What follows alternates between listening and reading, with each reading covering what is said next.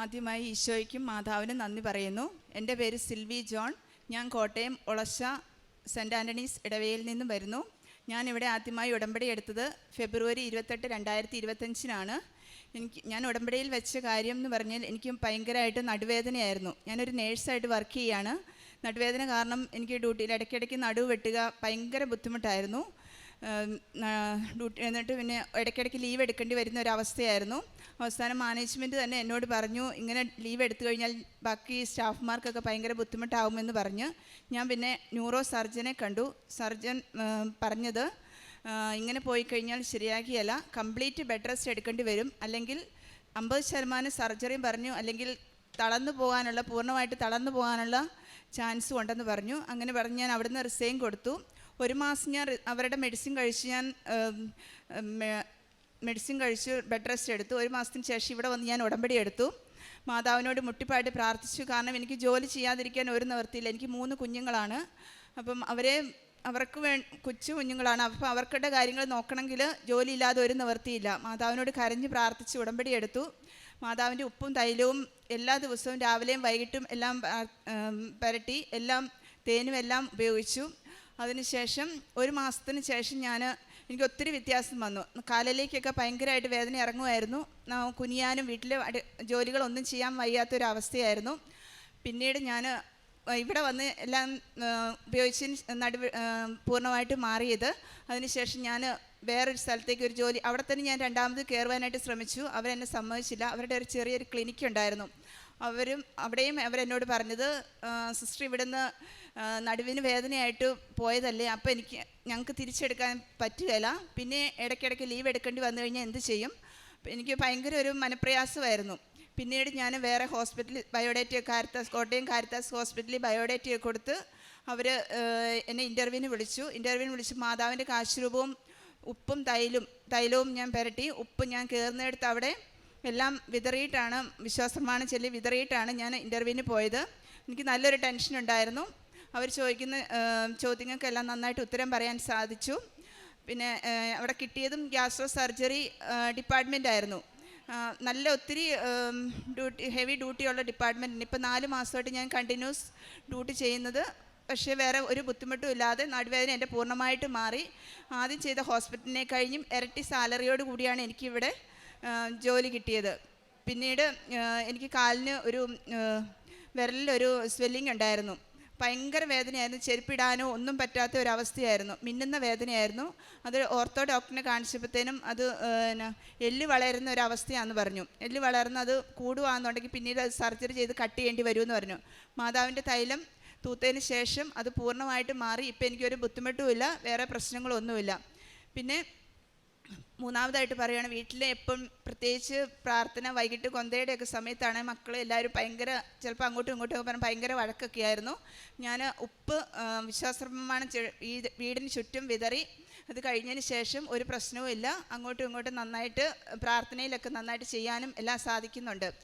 കാരുണ്യപ്രവൃത്തിയായിട്ട് ഞാൻ ചെയ്തുകൊണ്ടിരുന്ന എല്ലാ ആഴ്ചയിലും 10 പൊതി ചോറ് പാവപ്പെട്ടവർക്ക് കൊടുക്കുവാനും ബസ് സ്റ്റാൻഡിലും വയ്യാത്തവർക്കൊക്കെ കൊണ്ട് കൊടുക്കുവാനും ശ്രമിക്കുമായിരുന്നു. അപ്പം കൊടുക്കുന്നതിന് ഇടയ്ക്കൊക്കെ ആണെങ്കിലും ബസ് സ്റ്റോപ്പിലൊക്കെ കൊണ്ട് കൊടുക്കുമ്പം ഇങ്ങനെ പോലീസുകാർ, കോട്ടയം നാമ്പടത്തൊക്കെ കൊടുക്കുമ്പം പോലീസുകാർ പറയുമായിരുന്നു, എന്തിനാണ് ഇങ്ങനെ കൊണ്ട് കൊടുക്കുന്നത്? അങ്ങനെ കൊടുത്തു കഴിഞ്ഞാൽ നിങ്ങൾ കൊണ്ട് കൊടുത്തിട്ട് പോകും, എന്നിട്ട് പിന്നെ ഇവർ ഈവനിങ്ങിൽ അവർക്ക് കിട്ടുന്ന പൈസ കൊണ്ട് കുടിച്ച് അവർ അങ്ങോട്ടും ഇങ്ങോട്ടും വഴക്കുണ്ടാക്കുക എന്നൊക്കെ പറഞ്ഞു. പിന്നെ അവിടെ നിന്ന് മാറി വേദന തീരെ വയ്യാത്തവർക്ക് കണ്ടുപിടിച്ച് അവർക്ക് കൊടുക്കാറുണ്ടായിരുന്നു. ഇപ്പം ജോലിക്ക് കയറി പിന്നെ പൊതിച്ചോറ് കൊടുക്കാൻ പറ്റിയില്ലേ പോലും അടുത്തുള്ള ആൾക്ക് കയ്യിൽ ഉള്ള സഹായം മറ്റുള്ളവർക്ക് കൊടുക്കാൻ ശ്രമിക്കാറുണ്ട്. പിന്നെ പത്രമായിട്ട് എല്ലാ മാസവും വന്ന് പത്രം മേടിച്ച് കൊടുക്കാറുണ്ടായിരുന്നു. ഹോസ്പിറ്റലിലും OPDയിലൊക്കെ ഇങ്ങനെ കെട്ടുകണക്കിന് പത്രവും ആരും എടുക്കാതെ ഇങ്ങനെ ഇരിക്കുന്നത് അത് കൊണ്ടുപോയി കൊടുക്കാറുണ്ട്. പള്ളിയിലും ഒത്തിരി പത്രം കിട്ടിയിട്ടുണ്ട്, അതൊക്കെ എടുത്ത് കൊണ്ട് കൊടുക്കാറായിട്ടുണ്ടായിരുന്നു. പിന്നെ ഹോസ്പിറ്റലാണെങ്കിലും ഭയങ്കര ദേഷ്യമായിരുന്നു. ദേഷ്യം കൺട്രോൾ ചെയ്യാൻ പറ്റാത്തൊരവസ്ഥയായിരുന്നു. പേഷ്യൻസിനോടാണെങ്കിലും ചില സമയത്ത് അവർ തെരുതെരെ വിളിക്കുകയൊക്കെ ചെയ്യും. ചിലപ്പം ദേഷ്യം തോന്നാറുണ്ട്. പിന്നെ അവരോട് നന്നായിട്ട് സംസാരിക്കാനും അവർക്ക് വേണ്ട സഹായങ്ങളൊക്കെ ചെയ്തു കൊടുക്കാനും അവരോട് നല്ല സ്നേഹത്തോടെ പെരുമാറുവാനും സംസാരിക്കുവാനും ഒക്കെ സാധിച്ചിട്ടുണ്ട്. അപ്പോൾ അവർ പറയാറുണ്ട്, സിസ്റ്റർ വന്നു കഴിയുമ്പോഴത്തേനും നല്ലൊരു ആശ്വാസമാണ്, നല്ലൊരു ഇതാണ് ഞങ്ങൾക്ക് വേണ്ട മരുന്നെന്നൊക്കെ പറഞ്ഞ് ഒത്തിരി ഇത് പറയാറായിട്ടുണ്ടായിരുന്നു. ഉടമ്പടി ഇപ്പം ഉടമ്പടി എനിക്കിപ്പോഴും ഉടമ്പടി കണ്ടിന്യൂ ചെയ്യാനായിട്ടാണ് പൂർണ്ണമായിട്ടും ഞാൻ ആഗ്രഹിക്കുന്നത്. എനിക്ക് പിന്നെ രാവിലെയും വൈകിട്ടുമുള്ള പ്രാർത്ഥനകളൊക്കെ ഞാൻ പൂർണ്ണമായിട്ട് ചെല്ലാറുണ്ട്. അച്ഛൻ്റെ ധ്യാനങ്ങളും ഒക്കെ ഞാൻ അന്ന് കേൾക്കാൻ പറ്റിയില്ലേ പോലും വേറെ ദിവസങ്ങളിരുന്ന് ഞാൻ കേട്ട് മറ്റുള്ളവർക്ക് ഷെയർ ചെയ്ത് കൊടുക്കാറുണ്ട്. 2 ആഴ്ച കൂടുമ്പോഴുള്ള കുമ്പസാരവും ചെയ്യാറുണ്ട്. എൻ്റെ വീടിന് തൊട്ടുമുറ്റത്താണ് പള്ളി എങ്കിൽ പോലും എനിക്ക് പള്ളിയിൽ പോകാനായിട്ട് ഭയങ്കര മടിയായിരുന്നു. രാവിലെ എഴുന്നേൽക്കാനൊക്കെ ഭയങ്കര മടിയായിരുന്നു. ഉടമ്പടി എടുത്തതിന് ശേഷമാണ് എല്ലാ ദിവസവും തന്നെ പള്ളിയിൽ പോകുവാനും ഡ്യൂട്ടി അനുസരിച്ച് ഞാൻ എല്ലാ ദിവസവും മിക്ക ദിവസവും തന്നെ പള്ളിയിൽ പോകാനായിട്ടൊക്കെ സാധിക്കുന്നുണ്ട്. കുമ്പസാരിക്കുവാനും എല്ലാം അതനുസരിച്ച് രീതിയിൽ സാധിക്കുന്നുണ്ട്. ഇത്രയും അനുഗ്രഹങ്ങൾ തന്ന ഈശോയ്ക്കും മാതാവിനും 1000 നന്ദി. വിശുദ്ധ മത്തായിയുടെ സുവിശേഷം 9-ാം അധ്യായം 6ഉം 7ഉം തിരുവചനങ്ങൾ. ഭൂമിയിൽ പാപങ്ങൾ ക്ഷമിക്കാൻ മനുഷ്യപുത്രന് അധികാരമുണ്ടെന്ന് നിങ്ങൾ അറിയേണ്ടതിനാണിത്. അനന്തരം അവൻ തളർവാദ രോഗിയോട് പറഞ്ഞു, എഴുന്നേറ്റ് നിന്റെ ശയ്യയും എടുത്ത് വീട്ടിലേക്ക് പോവുക. അവൻ എഴുന്നേറ്റ് വീട്ടിലേക്ക് പോയി. സിൽവി ജോണിൻ്റെ വളരെ ശക്തമായ പ്രത്യക്ഷീകരണ സാക്ഷ്യമാണ് നാം ഇപ്പോൾ കേട്ടത്. നമ്മോട് സിൽവി പങ്കുവെച്ചത്. വളരെ സങ്കടമുള്ള ഒരവസ്ഥയിലാണ് സിൽവി ഇവിടെ വന്ന് ഉടമ്പടിയെടുത്ത് പ്രാർത്ഥിക്കുന്നത്. ഒരു നടുവേദന മൂലം തനിക്ക് ജോലി റിസൈൻ ചെയ്യേണ്ടി വന്ന ഒരവസ്ഥയിൽ വളരെ സങ്കടപ്പെട്ടുകൊണ്ടാണ് പരിശുദ്ധ അമ്മയുടെ ഈ തിരുനടയിൽ വന്ന് സങ്കടമുണർത്തിച്ച് എനിക്കും എൻ്റെ കുടുംബത്തിനുമുള്ള ഒരു സാമ്പത്തിക ഒരു ബാധ്യത ഉണ്ടാകുമോ എന്നുള്ള വലിയ സങ്കടത്തിലും ഭയത്തിലുമാണ് പരിശുദ്ധ അമ്മയോട് നിലവിളിച്ചുകൊണ്ട് സിൽവി ഇവിടെ വന്ന് പ്രാർത്ഥിച്ചത്. ഇവിടെ വന്ന് പ്രാർത്ഥിക്കുമ്പോൾ സിൽവിയുടെ അവസ്ഥ നടുവേദന മൂലം 50% ഡോക്ടേഴ്സ് പറഞ്ഞിരുന്നത് ഓപ്പറേഷൻ എന്തായാലും ചെയ്യണം, അല്ലെങ്കിൽ താൻ തളർന്ന് വീട്ടിൽ കിടപ്പായിരിക്കും. വലിയ സങ്കടമുള്ള കാര്യമാണ്. പക്ഷേ പരിശുദ്ധ അമ്മയ്ക്ക്, സമയച്ചുരുക്കത്തിൻ്റെ അമ്മയ്ക്ക് അതൊന്നും അസാധ്യമല്ല. ഈശോയുടെ കയ്യിലേക്ക് കൊടുക്കുമ്പോൾ കാനായിലെ വിവാഹം പോലെ പച്ചവെള്ളത്തെ വീഞ്ഞാക്കി ജീവിതത്തെ മധുരമാക്കി തരാൻ പരിശുദ്ധ അമ്മയ്ക്ക് സാധിക്കും. 4 മാസക്കാലം അവർ ഡോക്ടേഴ്സ് പറഞ്ഞത് ബെഡ് റിഡൻ ആയിരിക്കണം, ഒട്ടും തന്നെ അനങ്ങരുത്, എങ്കിലേ നിനക്ക് അല്പമൊന്ന് അനങ്ങുവാനോ അല്പമൊന്ന് എണീറ്റ് നിൽക്കുവാനോ സാധിക്കുകയുള്ളൂ. ആ മകളാണ് ഇന്ന് പരിശുദ്ധ അമ്മയുടെ പ്രത്യക്ഷീകരണ സാക്ഷിയായി അൾത്താരയിൽ കയറി നിന്ന് ഇവിടെ നമ്മോട് സാക്ഷ്യം പങ്കുവെച്ചത്. മകൾക്കുള്ളത് വലിയ സമയച്ചുരുക്കത്തിൻ്റെ അമ്മ വലിയ ഒരു ജീവിത സൗഖ്യം നൽകിയതാണ്. നമുക്കറിയാം, വേദന മൂലം ഏതൊരു ജീവിതാസ്വസ്ഥതയിലായാലും നാം കിടപ്പിലായാൽ നമ്മുടെ ജീവിതാവസ്ഥ വളരെ സങ്കടകരമാണ്.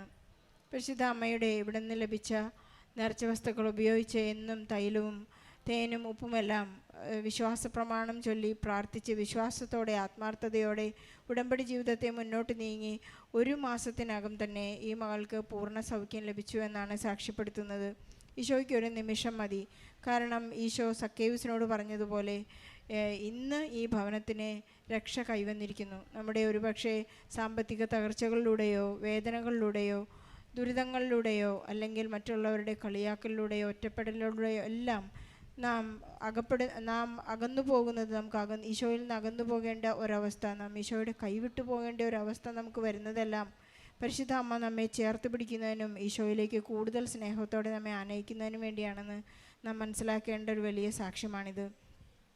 ഈ മകൾക്ക് വളരെ പെട്ടെന്നാണ് പരിശുദ്ധ അമ്മ വലിയ പദ്ധതികൾ ചെയ്തു കൊടുത്തത്. തനിക്കുണ്ടായിരുന്നൊരു ചെറിയ ശമ്പളത്തിൻ്റെ ആ ജോലിയിൽ നിന്ന് 4 മാസത്തെ ഒരു അകൽച്ചയിൽ നിന്ന് വലിയൊരു നല്ലൊരു ജോലിയും, ഗ്യാസ്ട്രോ സർജൻ ഡിപ്പാർട്ട്മെൻറ്റിൽ നല്ലൊരു ജോലിയും ഇരട്ടി സാലറിയും നൽകി ഈ മകളെ ഇന്ന് അനുഗ്രഹിച്ചിരിക്കുകയാണ്. നമുക്കറിയാം, നാം ഉടമ്പടി എടുക്കുമ്പോൾ നമ്മോട് നമ്മുടെ നിയോഗങ്ങൾ എഴുതാൻ ജോസഫ് അച്ഛൻ പറയുന്നത് ഇങ്ങനെയാണ്: നിങ്ങൾ വലിയ കാര്യങ്ങൾ ചോദിക്കുക, കാരണം ഈശോ ശക്തനാണ്, മഹാനാണ്. പരിശുദ്ധ അമ്മയുടെ ആ മാഗ്നിഫിക്കാത്തിൽ പാടുന്നത് അത് തന്നെയാണ്. സ്തോത്രഗീതം പാടുന്നത് മഹാനായവൻ, ശക്തനായവൻ എനിക്ക് വലിയ കാര്യങ്ങൾ ചെയ്തു തന്നിരിക്കുന്നു, ചെറിയ കാര്യങ്ങളല്ല. അതുപോലെ തന്നെ ഈശോ നമുക്ക് എപ്പോഴും തരുന്നത് വലിയ നമ്മൾ ആഗ്രഹിക്കുന്നതിലപ്പുറമാണ് നമുക്ക് ഈശോ ചെയ്തു തരുന്നത്. ഈശോയുടെ മഹാ അത്ഭുതങ്ങൾക്കും സൗഖ്യത്തിനും നമുക്ക് എപ്പോഴും നന്ദി പറഞ്ഞുകൊണ്ടിരിക്കാം. പൗലോസ് ലീഹ പറയുന്ന പോലെ സമയത്തും അസമയത്തും നമുക്ക് പ്രാർത്ഥിക്കാം, നമുക്കെപ്പോഴും നന്ദിയുള്ളവരായിരിക്കാം. നമുക്ക് ലഭിച്ചിട്ടുള്ള എല്ലാ സൗഖ്യത്തിനും സൗഭാഗ്യങ്ങൾക്കും ഈശോയ്ക്കും പരിശുദ്ധ അമ്മയ്ക്കും നന്ദി പറയുന്നതോടൊപ്പം നമ്മുടെ എല്ലാ ജീവിത നിയോഗങ്ങളെയും എല്ലാ സങ്കടങ്ങളെയും ഈശോ നമ്മുടെ എല്ലാം കണ്ണുനീർ കുപ്പിയിൽ ശേഖരിക്കുന്നതിനെ ഓർത്ത് നമ്മുടെ തലമുടി നാരിഴ വീഴുന്നത് അവിടെ നിന്ന് അറിയുന്നു. നമ്മുടെ പേര് അവിടുത്തെ ഉള്ളം കയ്യിൽ എഴുതി വെച്ചിരിക്കുന്നതിനാൽ ഓർത്ത് നന്ദി പറഞ്ഞുകൊണ്ട് നമ്മുടെ സങ്കടങ്ങളെല്ലാം ഈശോയ്ക്ക് വീണ്ടും കൊടുക്കാം. സിൽവി ജോണിൻ്റെ ഈ നല്ല സാക്ഷ്യത്തിന് ഈശോയ്ക്കും പരിശുദ്ധമ്മയ്ക്കും നന്ദി പറഞ്ഞുകൊണ്ട് ഒരു നല്ല കയ്യടിയോടെ ഈ സാക്ഷ്യം നമുക്ക് സമർപ്പിക്കാം. അത്യപൂർവ ദൈവാനുഭവങ്ങൾ ഇനി നിങ്ങൾക്കും സ്വന്തം. ഈ യൂട്യൂബ് ചാനൽ ഇതുവരെ സബ്സ്ക്രൈബ് ചെയ്തിട്ടില്ലെങ്കിൽ ഇപ്പോൾ തന്നെ സബ്സ്ക്രൈബ് ചെയ്യുക.